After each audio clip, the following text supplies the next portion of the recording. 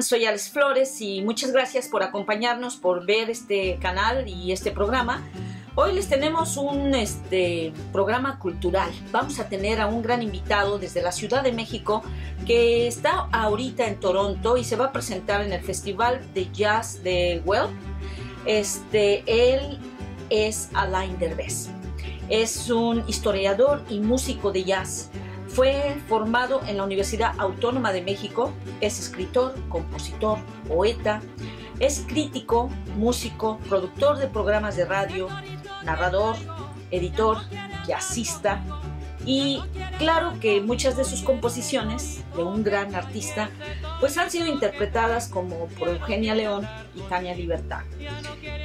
Alain Derbez es reconocido primordialmente por su trabajo como historiador y difusor de jazz en México. Vean qué interesante es esto. Él ha estudiado desde el siglo pasado los inicios de jazz en México y cómo se inician. Porque a veces pensamos que el jazz viene como que lo agarramos del norte, de Norteamérica, y bueno, resulta que en México también se inició el jazz y también hubo músicos de muchos años atrás que empezaron a tocar pues este género musical. Hoy lo vamos a estar entrevistando. Acompáñenos porque vamos a tener historias de cómo él empezó a interesarle el jazz y también por supuesto lo vamos a oír tocar con Café con Pan, una banda de son jarocho aquí en Toronto, Canadá. Y ya se imaginarán, él toca el saxofón y bueno, son jarocho. Van ahí como que a mezclar un poquito lo que es el jazz con el son jarocho y la verdad es que ya lo escuchamos y salió algo muy original, muy bonito. Quédense con nosotros, acompáñennos para este programa, ahorita nos vemos.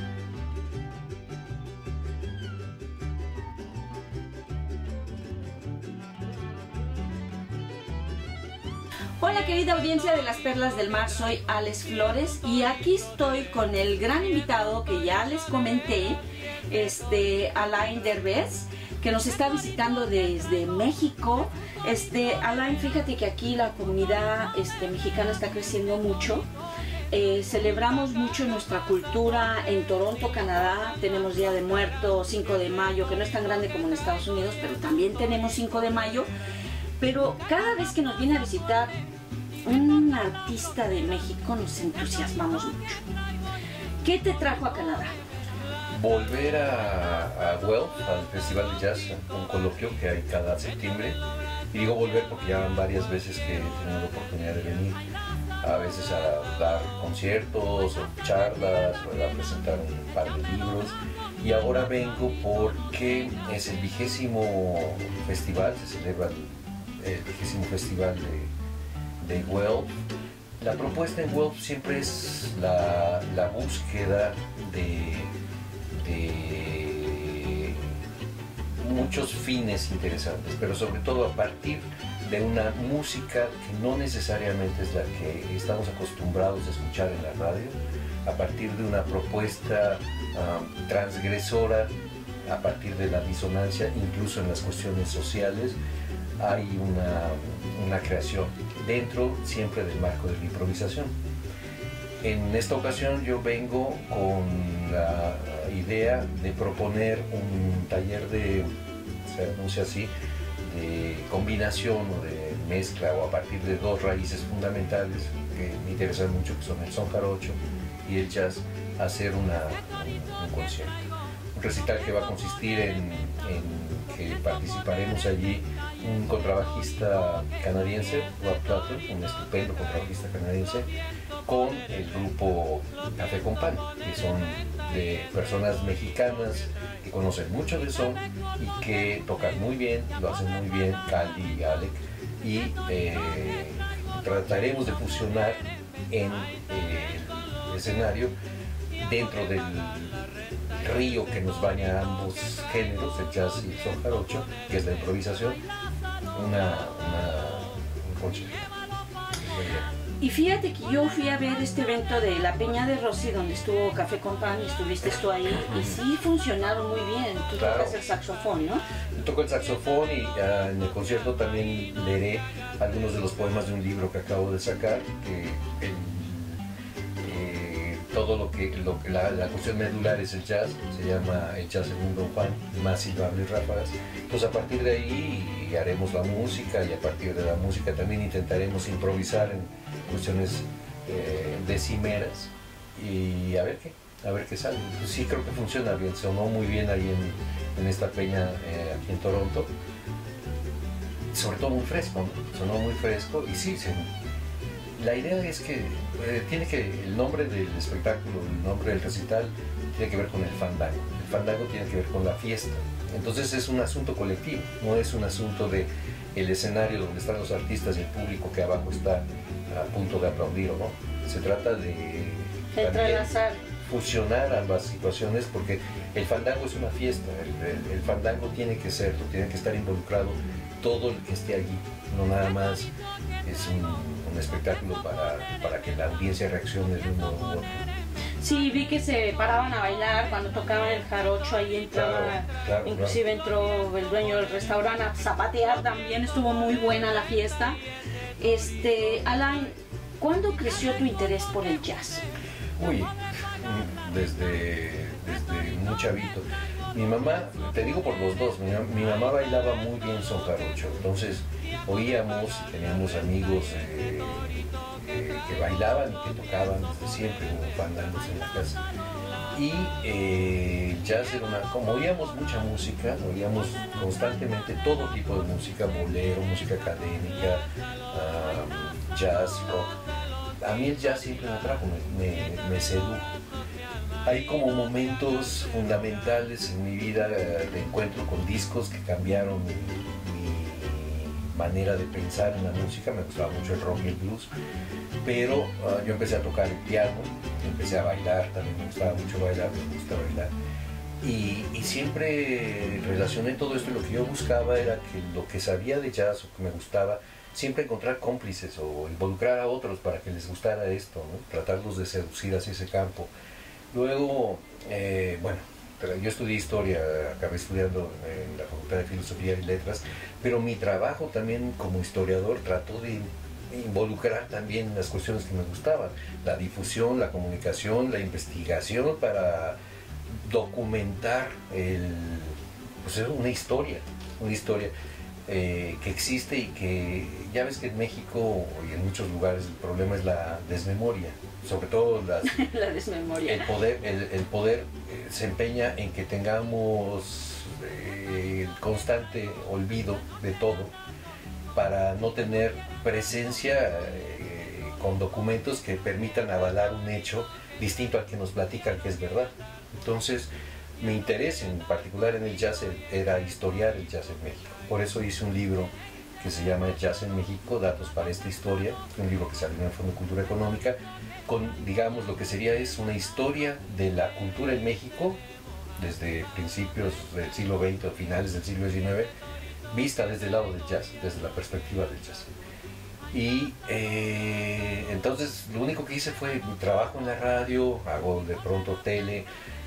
Es constante ser coherente en este asunto, que es tratar de difundir, de proponer, de promover. Por eso he hecho discos, he hecho producción de discos de otras personas que yo consideraba que era importante que plasmaran su quehacer, y que necesitaban en todo caso simplemente un empujón para ser conocidos. Entonces esa es la idea, ¿no? Digamos, cuando pienso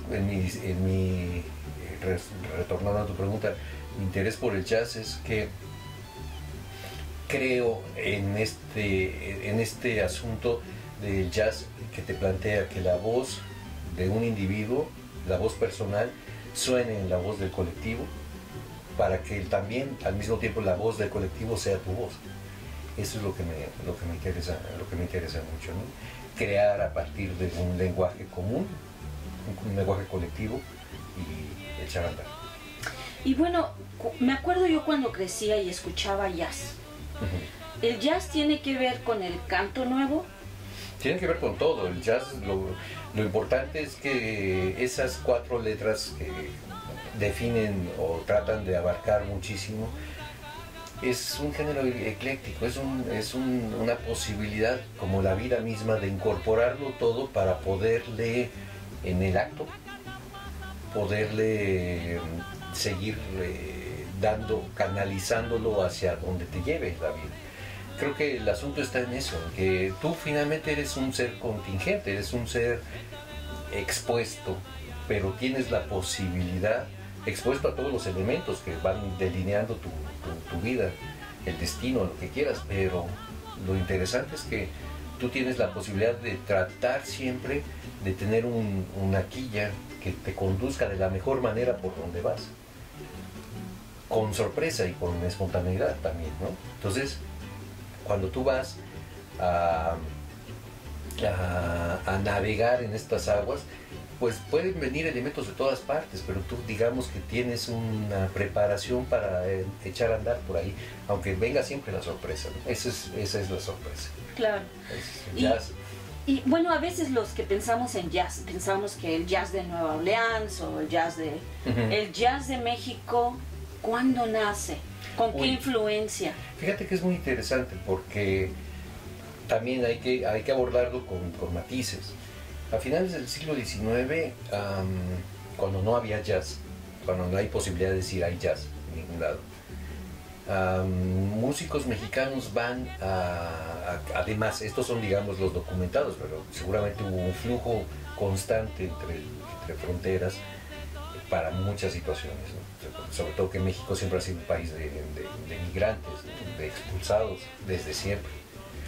Y bueno, estos músicos en 1880 y tantos son enviados de una banda militar a tocar en una feria industrial y del algodón que se organiza en Luisiana. México tenía un potencial grande con el algodón, desde los estados del norte a los estados del sur, Campeche, Yucatán, en fin, Veracruz fue el primer lugar donde hubo algodón, y luego los estados en el norte. Entonces, al Porfiriato le interesa mucho que haya una presencia en la feria. Pero mandan una presencia no solamente industrial o algodonera, mandan también, digamos, manifestaciones culturales o artísticas. Y una de las manifestaciones que mandan es esta banda militar, que va y toca música, la que se oía entonces, mazurcas, chotices, marchas, desde luego, polcas. Y la tocan a su manera. No la tocan como la pudieron haber tocado las bandas de Estados Unidos o las bandas europeas, etc. Tienen mucho éxito. Tienen tanto éxito que su música se imprime en las partituras, se imprimen y se venden. Y bueno, por razones X, Y o Z, muchos de estos músicos no regresan a México. Algunos de estos músicos se quedan allá y se quedan dando clases, se quedan enseñando música a personas que más adelante serán los primeros en hacer eso que se llamó jazz, que se escribía con doble S, no con doble Z.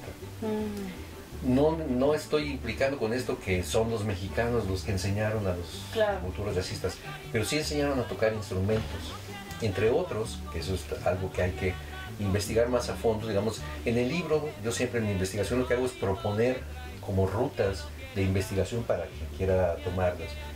Me parece muy interesante hablar del 5 de mayo, me parece muy interesante que cuando los franceses entran a México, un año después del 5 de mayo, 10 de junio precisamente,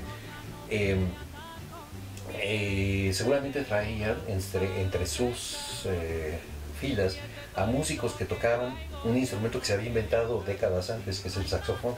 Entonces los mexicanos deben de haber aprendido a tocar el saxofón y deben de haberlo llevado a tocar allá en Estados Unidos, en Luisiana. El saxofón no tenía en un principio una presencia tan grande en la historia del jazz.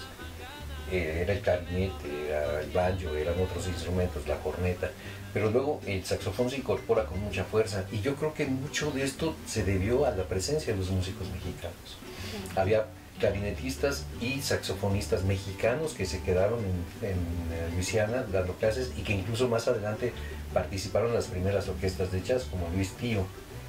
En fin, esa es la primera presencia, digamos, donde paralelamente se van rozando los destinos mexicanos de la música con los destinos jazzeros del mundo.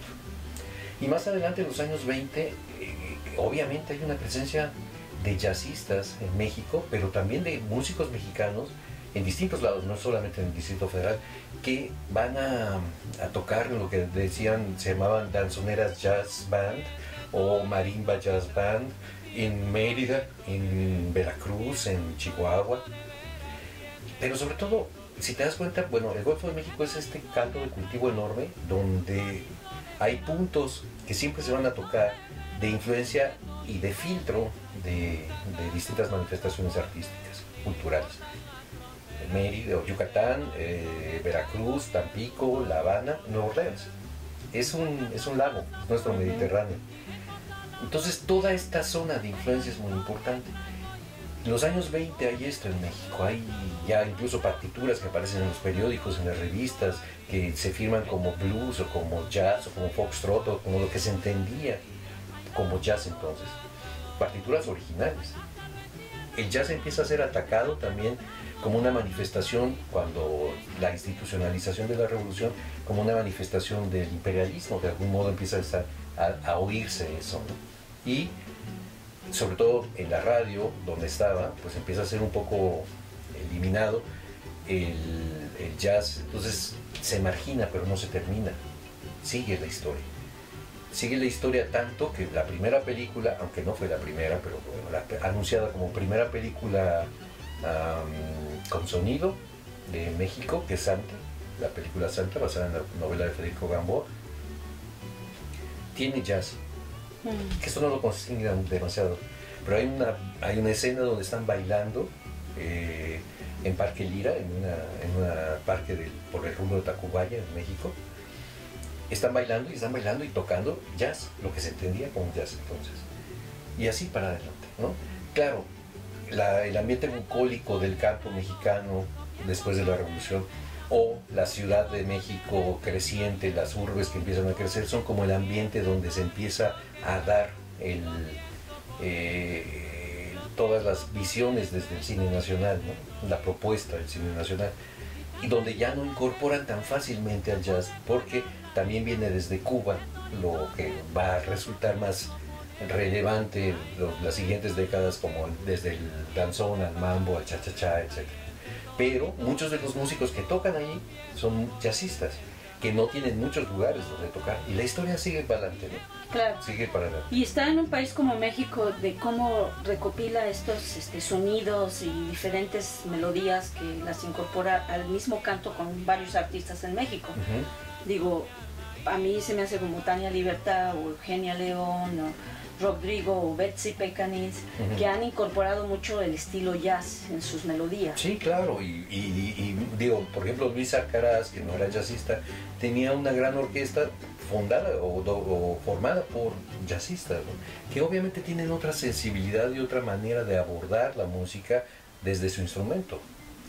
No sé, hay muchos nombres, pero bueno, esto se va dando, y si te das cuenta, por ejemplo, en los finales de los años 50, en México, cuando comienzan las primeras películas rock and rolleras, los músicos que tocaban en las películas rock and rolleras eran jazzistas. Hay una película que me encanta con Tintán y con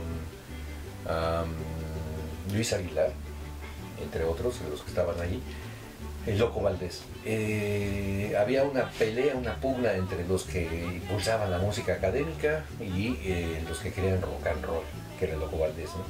Julio I. Villarreal era el viejito intolerante que tenía que propugnar por la música académica. Y entonces Luis Aguilar tocaba música académica al piano y tocaban algo de Liszt, y Tintán tocaba el cello. Y Luis Aguilar estaba enamorado de Ariadne Welter, que era la actriz que era la directora de cámaras de televisión, de una naciente televisión. Entonces le había dicho Ariadne a Luis Aguilar: es que no vas a llegar a nada si no te sueltas haciendo lo que tú quieres, estás tocando música académica que no es lo tuyo, etc.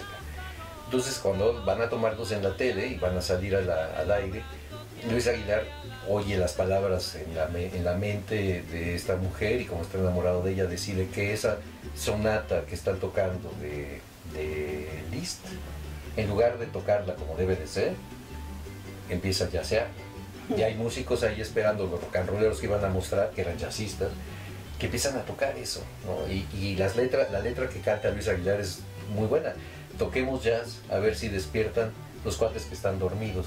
Desde luego era otra propuesta, o era otro sentido que había que darle, pero creo que es muy importante la letra. Toquemos jazz, a ver si despiertan los cuates que están dormidos. Eso es un poco lo que yo siempre quiero hacer, ¿no? Tocar jazz, a ver si despiertan los cuates que están dormidos. Wow. Y bueno, hay tanto que hablar del jazz, realmente tanta historia, especialmente con un historiador del jazz, como es Alain. ¿Qué es lo que les recomiendas a las nuevas generaciones que están sacando música?